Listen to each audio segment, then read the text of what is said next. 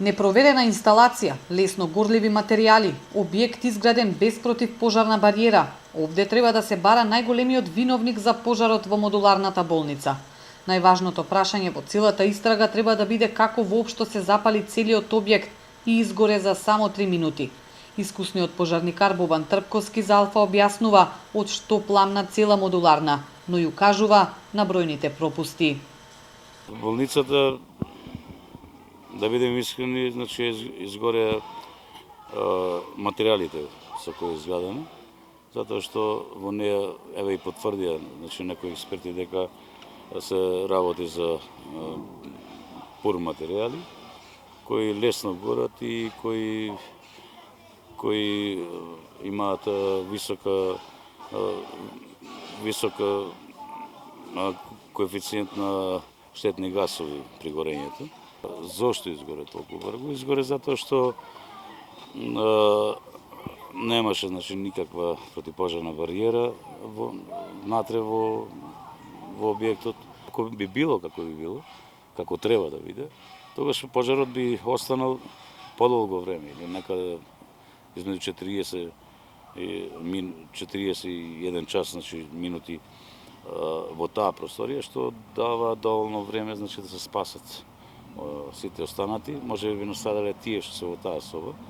Само со едноставно исклучување на склопката при направениот спој во продолжниот кабел, трагедијата вели можеше да се избегне или барем да заврши со многу помала штета. Но тоа не се случило. Струјата останала под напон.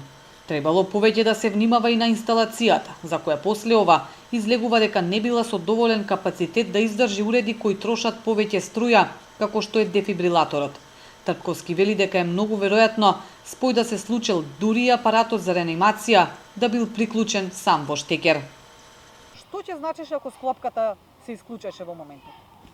Па немаше да дојде до тоа така наречено варење на проводниците, каде што при таков спој, значи, се јава огромна температура, близу 1000 степени, и сигурно не би се запалиле тие запарливи материи. Многу е важно да се види, значи, каква инсталација имала болницата.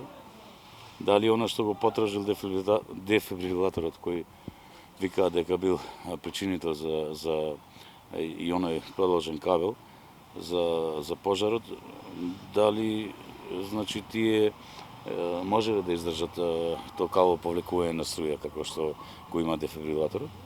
Каде бил или дали била исклучена струјата, таа не била, затоа што моите колеги кога дојдоа на лице место, кога употребуваа вода, видовте се јави една експлозија од електричната енергија, значи дека сепак главниот напон бил под напон на електрична енергија и дека се уште имало електрична енергија во објектот.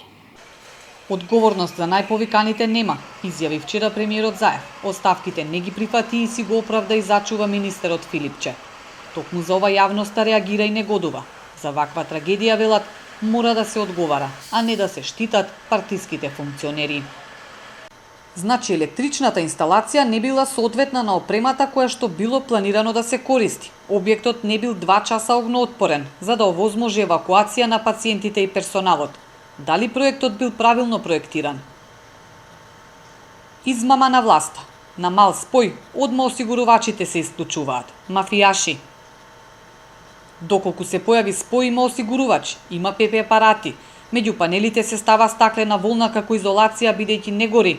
Овде изгледа немало ни осигурувачи, ни ПП апарати, ни стаклена волна и никој не е крив. Трпковски апелира ова да биде поука, како, што и со кои стандарди ќе се гради во иднина. Контролите при изградбата на објекти се најважни и мора да бидат квалитетно и професионално сработени за ваквите трагедии да не се повторат никогаш.